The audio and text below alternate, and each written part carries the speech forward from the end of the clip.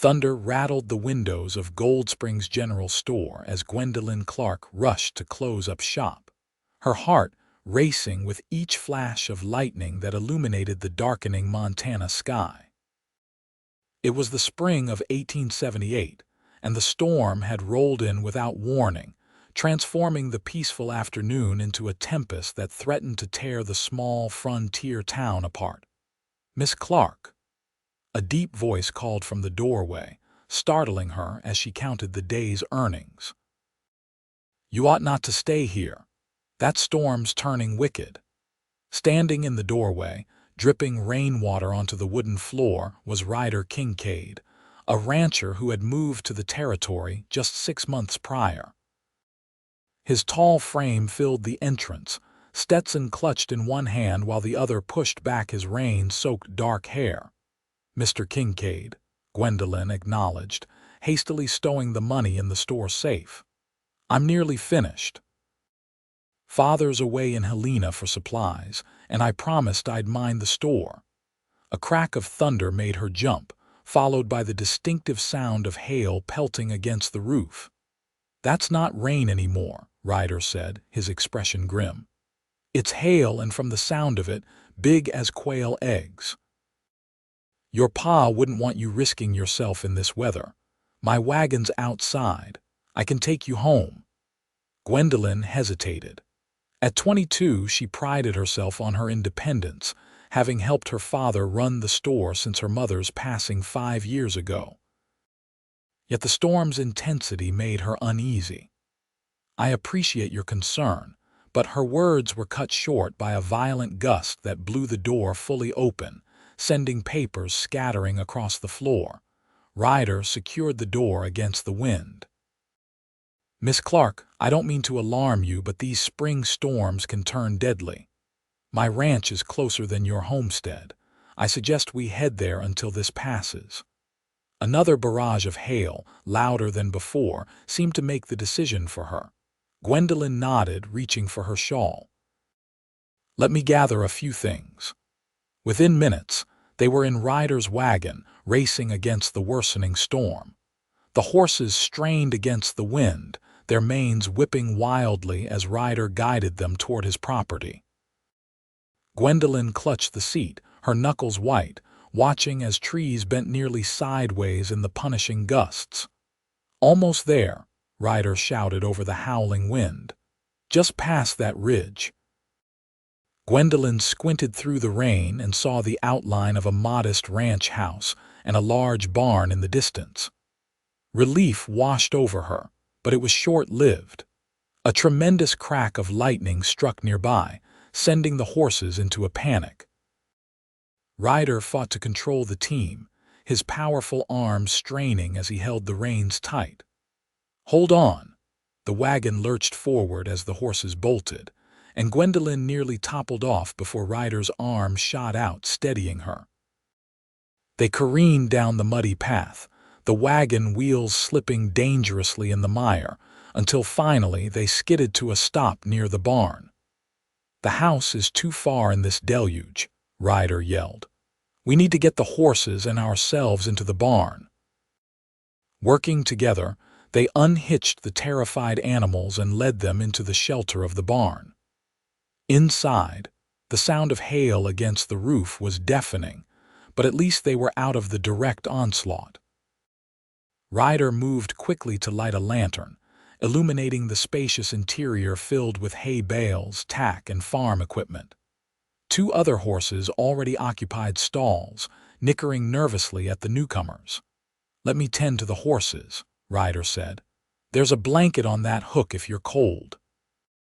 Gwendolyn wrapped the rough woolen blanket around her shoulders, watching as Ryder expertly calmed the animals, his gentle words a stark contrast to his rugged appearance.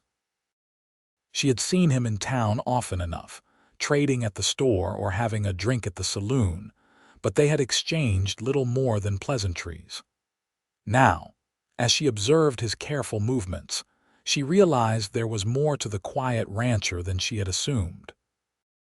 "You have a way with them," she remarked. Ryder glanced up, a flicker of surprise crossing his face at her comment. Been around horses all my life. They understand honesty better than most people. My father says the same about his customers, she replied with a small smile. A ghost of a smile touched Ryder's lips before he returned to his task. Gwendolyn wandered to the barn door, peering out at the rain-soaked landscape. The sky had turned an eerie greenish-gray, and the wind had picked up even more. "I've never seen a storm like this," she said, anxiety creeping into her voice. Ryder joined her, his tall frame casting a shadow in the lantern light. "Neither have I, and I've weathered my share of bad ones. This one's got a mean spirit." As if in response, a violent gust of wind slammed against the barn, making the entire structure shudder. The horses whinnied in fear, and Ryder instinctively moved closer to Gwendolyn. "Maybe we should." Gwendolyn's suggestion was cut short by an ominous cracking sound above them. Ryder's eyes shot upward, widening at what he saw. Without hesitation, he wrapped his arms around Gwendolyn and threw them both down into a nearby pile of hay just as a massive portion of the barn roof gave way. Timbers and shingles crashed down, missing them by inches. Rain and hail poured through the gaping hole, and the remaining structure groaned precariously. Ryder's body covered Gwendolyn's completely, his broad shoulders taking the brunt of the debris that continued to fall. "Are you hurt?" he asked urgently, his face inches from hers. Gwendolyn shook her head, too stunned to speak. Their eyes locked for a moment before another cracking sound spurred Ryder into action. "The whole thing's coming down. We need to get out of here." Without warning, he scooped her into his arms. Gwendolyn gasped, instinctively wrapping her arms around his neck as he carried her toward the barn entrance. The horses were already bolting through the open doors, disappearing into the storm. Ryder ran, holding her tightly against his chest, as behind them, the barn roof collapsed entirely with a deafening crash. The force of it sent them tumbling to the ground several yards away, Ryder twisting midfall to ensure he hit the muddy earth first, cushioning Gwendolyn's landing. They lay there for a moment, rain pelting them mercilessly, both breathing hard from the narrow escape. Ryder still had one arm protectively around her waist. "My barn," he said finally, his voice hollow as he stared at the ruined structure. Gwendolyn followed his gaze. The once sturdy barn was now a pile of splintered wood and twisted metal, had they remained inside even seconds longer. "You saved my life," she said, the reality of their situation sinking in. Their eyes met again, and something passed between them, an unspoken recognition that transcended the chaos around them. But there was no time to dwell on it. The storm continued to rage, and they were now completely exposed to its fury. "We need to get to the house," Ryder shouted over a clap of thunder. "Can you run?" Gwendolyn nodded, and together they sprinted across the open yard toward the ranch house, fighting against the wind and hail that stung their exposed skin. By the time they reached the shelter of the porch, both were drenched and breathless. Ryder fumbled with the door key, his usually steady hands shaking slightly from cold and adrenaline. Inside, the house was dark but mercifully dry. Ryder immediately set to work lighting lamps and stoking the embers in the fireplace to a proper blaze. "You're shivering," he observed, concern etched in his features. "Let me find you some dry clothes. They'll be too big, but better than catching your death of cold." Gwendolyn waited by the growing fire, her teeth chattering as she shed her sodden shawl. The interior of Ryder's home surprised her. It was modest but neat, with handcrafted furniture and bookshelves lined with volumes she wouldn't have expected a rancher to own. Ryder returned with a flannel shirt and trousers. "They're the smallest I have. The bedroom's through there if you want privacy to change." Gratefully accepting the clothes, Gwendolyn retreated to the bedroom. Like the rest of the house, it was simple but welcoming. She changed quickly, rolling up the sleeves and pant legs to make the oversized garments manageable. The fabric carried Ryder's scent soap, leather, and something distinctly him that she found oddly comforting. When she emerged, Ryder had changed as well and was preparing coffee on the stove. His hair was still damp, curling slightly at the nape of his neck. He turned at her approach, and for a fleeting moment his composed expression softened. "Feel better?" he asked. "Much, thank you." Gwendolyn settled into a chair at the small kitchen table. "I'm sorry about your barn." Ryder shrugged, though she could see the loss weighed on him. "Barns can be rebuilt, people can't be replaced." He poured 2 cups of coffee and sat across from her. "Your father will be worried when he returns." "He's not due back until tomorrow afternoon," Gwendolyn replied, warming her hands on the cup. "By then, I hope to be back at the store as if nothing happened." Ryder studied her over the rim of his cup. "You run that place as much as he does, don't you? Since Mother died, yes." "Father needed the help, and I've always had a head for numbers." She took a sip of the strong coffee. "What about you, Mr. Kincaid? No family to help with your ranch?" A shadow crossed his face. "Just me. My parents had a place in Texas, lost it during the war. They passed a few years back, and I decided to head north for a fresh start. And now you've lost your barn." "Part of ranching life," he said pragmatically. "Nature gives and takes as it pleases." Outside, the storm continued, but the worst seemed to have passed. The hail had stopped, replaced by a steady rain that drummed against the windows. "Will your horses be all right?"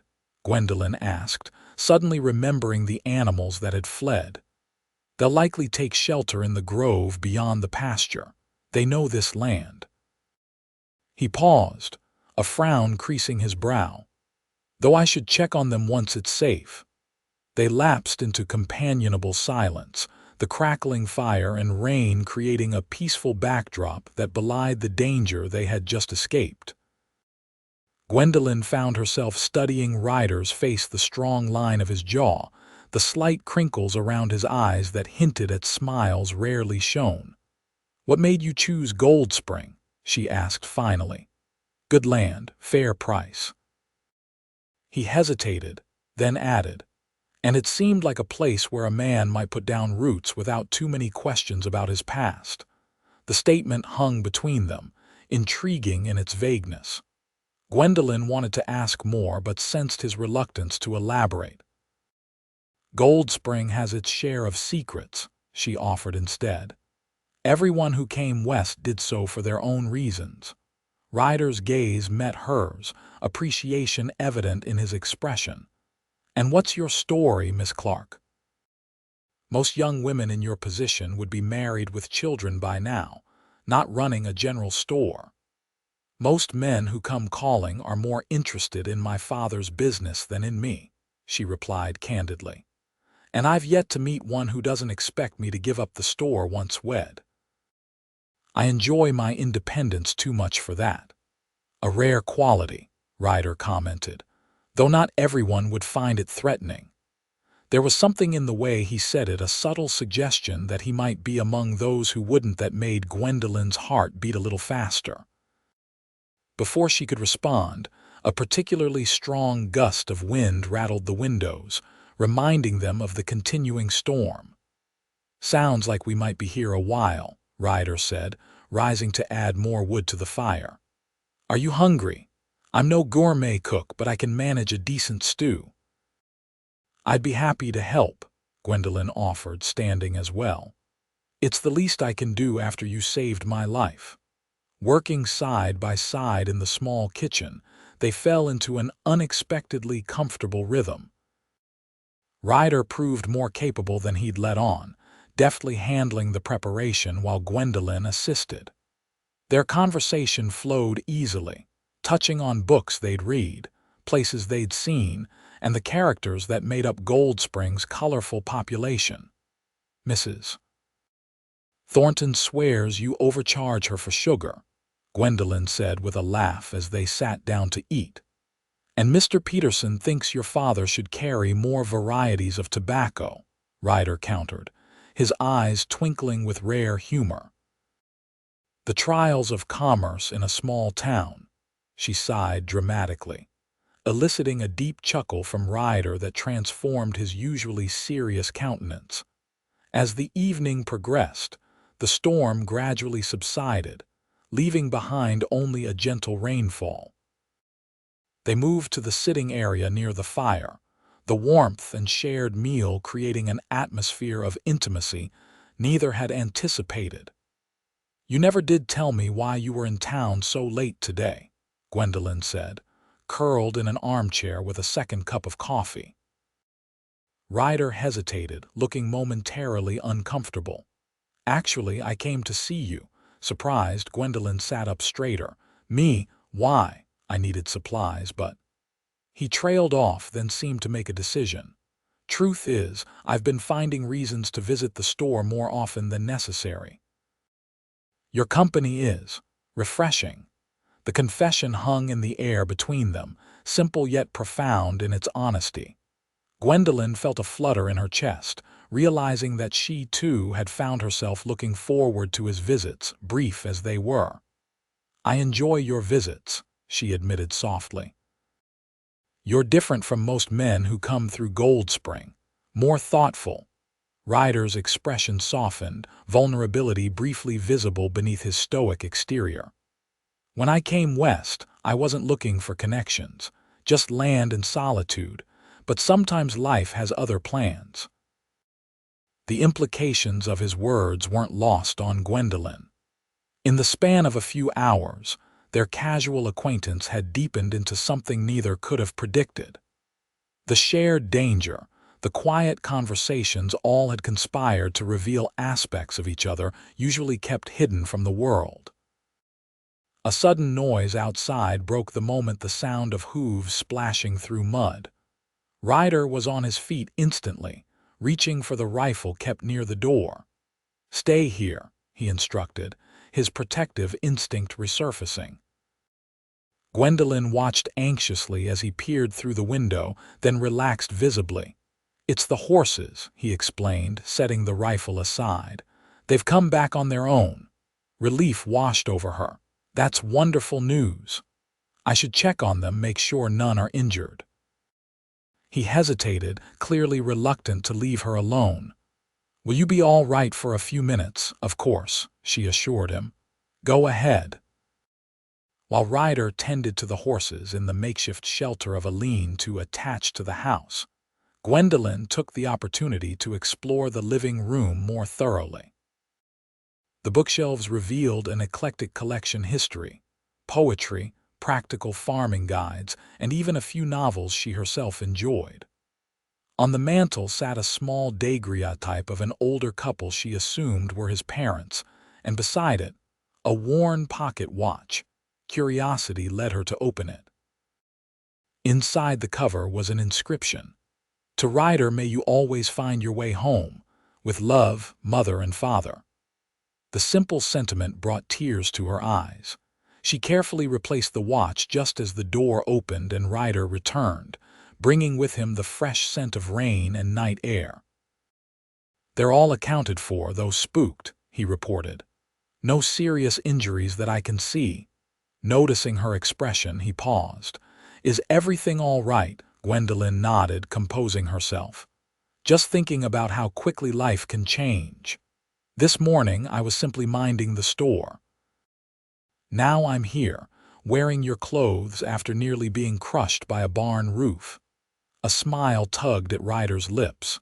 "When you put it that way, it does sound rather extraordinary." "Thank you," she said suddenly, earnestly. "Not just for saving me, but for your kindness afterward." "Anyone would have done the same." "No," she disagreed gently. "Not everyone would have. Some men in town hardly think a woman capable of running a business, let alone worthy of respect." Ryder moved closer, his expression serious once more. "Those men are fools." "You're one of the most capable people I've met, man or woman." His words warmed her more than the fire. "And you're not what most people in town think you are." "What do they think I am?" The mysterious loner. "Cold, perhaps even dangerous." She met his gaze steadily. "But I've seen otherwise." Ryder's eyes darkened slightly. "I've not always been the man I try to be now, Gwendolyn. There are parts of my past I'm not proud of." It was the first time he had used her given name, and the intimacy of it wasn't lost on her. "We all have regrets," she said softly. "It's what we choose to become that matters." Something shifted between them in that moment, a recognition, a possibility. Ryder took another step toward her, close enough that she could see the flecks of gold in his hazel eyes. "It's late," he said, his voice low. "You should rest." "You can take the bed. I'll sleep out here by the fire." Always the gentleman, even now. "Thank you," she replied, suddenly aware of the impropriety of their situation despite its innocent nature. In the bedroom, Gwendolyn lay awake long after she should have been sleeping, her mind replaying the day's events. The terror of the collapsing barn, the security she had felt in Ryder's arms as he carried her to safety, the unexpected connection that had grown between them over a simple meal and conversation. She had always prided herself on her practical nature, immune to the romantic notions that seemed to afflict other young women. Yet here she was, her heart racing at the memory of Ryder's voice, his rare smile, the way his eyes had held hers across the table. Morning came with clear skies and birdsong, as if the previous day's tempest had been nothing but a dream. Gwendolyn emerged from the bedroom to find Ryder already up, cooking breakfast over the stove. "I hope you slept well," he said, glancing up at her entrance. "Better than I expected to," she admitted, joining him in the kitchen. Her clothes from yesterday had been washed and hung to dry near the fire, now mostly ready to wear. "What about you?" "Well enough." He handed her a plate of eggs and bacon. "We should be able to get you back to town after breakfast. The roads will be muddy but passable." Was it her imagination, or did he sound reluctant? "I should check on the store," she agreed, though with less enthusiasm than she might have expected. They ate breakfast companionably, though something had changed from the night before a return to formality, as if both recognized the need to restore the proper distance between them, once the emergency had passed. After changing back into her own clothes, now dry if somewhat wrinkled, Gwendolyn helped Ryder harness two of the horses to his second wagon. Together they surveyed the remains of the barn in the clear light of day. "It's worse than I thought," Ryder said grimly, taking in the complete destruction. "Will you rebuild?" he nodded. "Have to. Can't run a ranch without a proper barn." He turned to her, hesitating before adding, "Though I might need to order extra supplies from your store." Gwendolyn smiled, understanding the invitation beneath the practical statement. "We'd be happy to accommodate your needs, Mr. Kincaid." The ride to town was quieter than their conversation of the previous evening, each lost in their own thoughts. The landscape bore the scars of the storm-down trees, fields littered with hailstones, roofs damaged throughout the town as they approached. "Looks like your barn wasn't the only casualty," Gwendolyn observed as they passed the miller's farm, where men were already at work repairing a windmill. "That's frontier life," Ryder replied. "Build, rebuild, and rebuild again." When they reached the general store, Gwendolyn was relieved to see it had weathered the storm with minimal damage, just a few loose shingles and a broken window. Ryder helped her down from the wagon, his hands lingering at her waist a moment longer than necessary. "I suppose this is where we part ways," he said, his usual confidence seeming to falter. "For now," Gwendolyn replied, finding courage in the light of day that had eluded her by firelight. "But perhaps you might call at the store later this week. I believe we have a discussion about barn supplies to continue." A slow smile spread across Ryder's face, transforming his features. "I believe we do, Miss Clarke. Gwendolyn," she corrected him softly. "After saving a woman from a collapsing barn, I think you've earned the right to use her given name." "Gwendolyn," he repeated, the name sounding like a promise on his lips. "And I'm Ryder to my friends." "Are we friends, then?" she asked, a teasing note in her voice that surprised even her. His expression grew serious, though his eyes remained warm. "I hope we're something, though friends might not be the word I would choose." Before she could respond, the sound of approaching hoofbeats announced the arrival of her father, looking travel-worn and concerned as he spotted her with Ryder.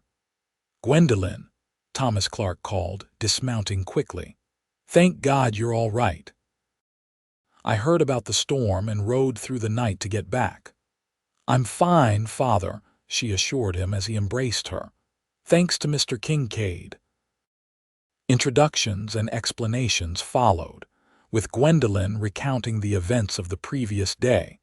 Though she found herself glossing over certain details, the comfortable intimacy of their fireside conversation, the way Ryder's eyes had lingered on hers. "I owe you a debt, sir," Thomas said earnestly, extending his hand to Ryder. "If there's anything I can do to repay your kindness to my daughter—" "No debt necessary, Mr. Clarke," Ryder replied, shaking the offered hand, "though I will be needing supplies to rebuild my barn. I hope to place an order soon." Of course. A discount at minimum, and I insist you join us for Sunday dinner this week."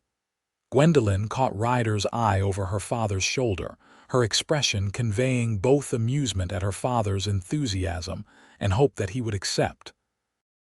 "I'd be honored," Ryder said, his gaze never leaving hers. As Ryder prepared to depart, he found a moment alone with Gwendolyn while her father inspected the store damage. "Sunday seems a long way off," he said quietly. "Does it?" she replied, surprising herself with her boldness. "I imagine you might need to check on your order before then." A smile played at the corners of his mouth. "I imagine I might. Perhaps tomorrow." "The store opens at 8, she confirmed, her heart beating faster at the prospect. With a tip of his hat, Ryder returned to his wagon. Gwendolyn watched him go, aware that something fundamental had shifted in her life's course, all because of a storm. A collapsed barn roof, and a cowboy who had shielded her with his own body. True to his word, Ryder appeared at the store the very next day, ostensibly to place his order for lumber and supplies. What should have been a simple transaction stretched into an hour-long conversation, with Gwendolyn helping him calculate his needs while her father looked on with barely concealed approval.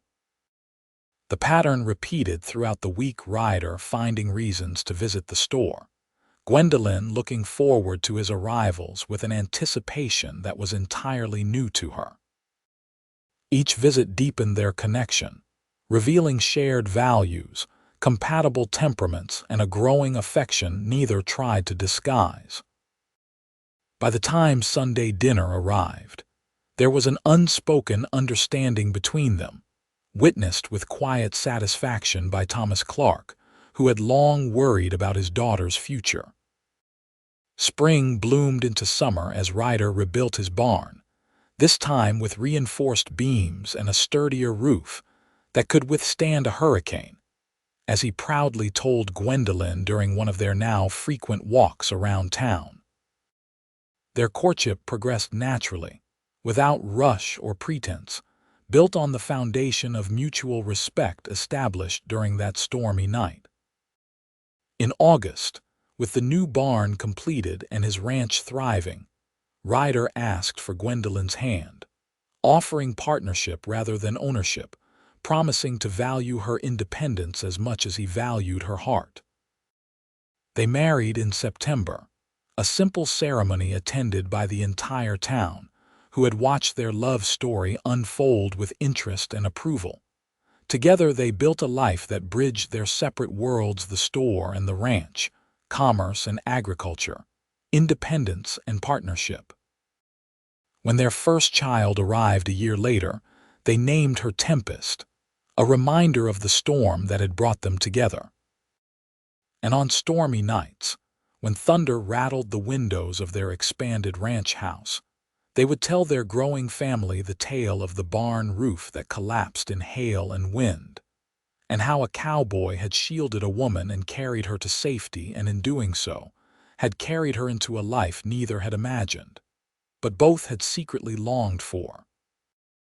In the years that followed, Gold Spring grew from a frontier settlement into a proper town, with Gwendolyn and Ryder at its heart, she managing an expanded general store with a lending library attached, he running one of the most successful ranches in the territory.